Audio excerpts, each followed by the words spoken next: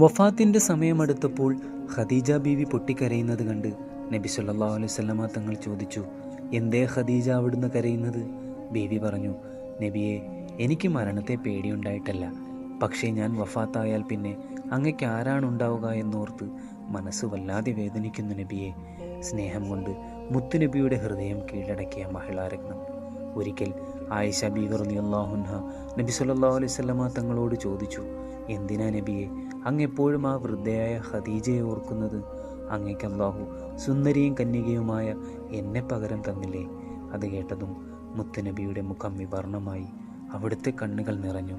ഇല്ല ആയിഷ, ഇല്ല. ഖദീജയേക്കാൾ നല്ലത് റബ്ബെനിക്ക് തന്നിട്ടില്ല. ജനമെന്നെ കള്ളനാക്കിയപ്പോഴും തള്ളിപ്പറഞ്ഞപ്പോഴും സമ്പത്ത് തടഞ്ഞപ്പോഴും എന്നെ ചേർത്ത് നിർത്തിയത് ഖദീജയാണ്.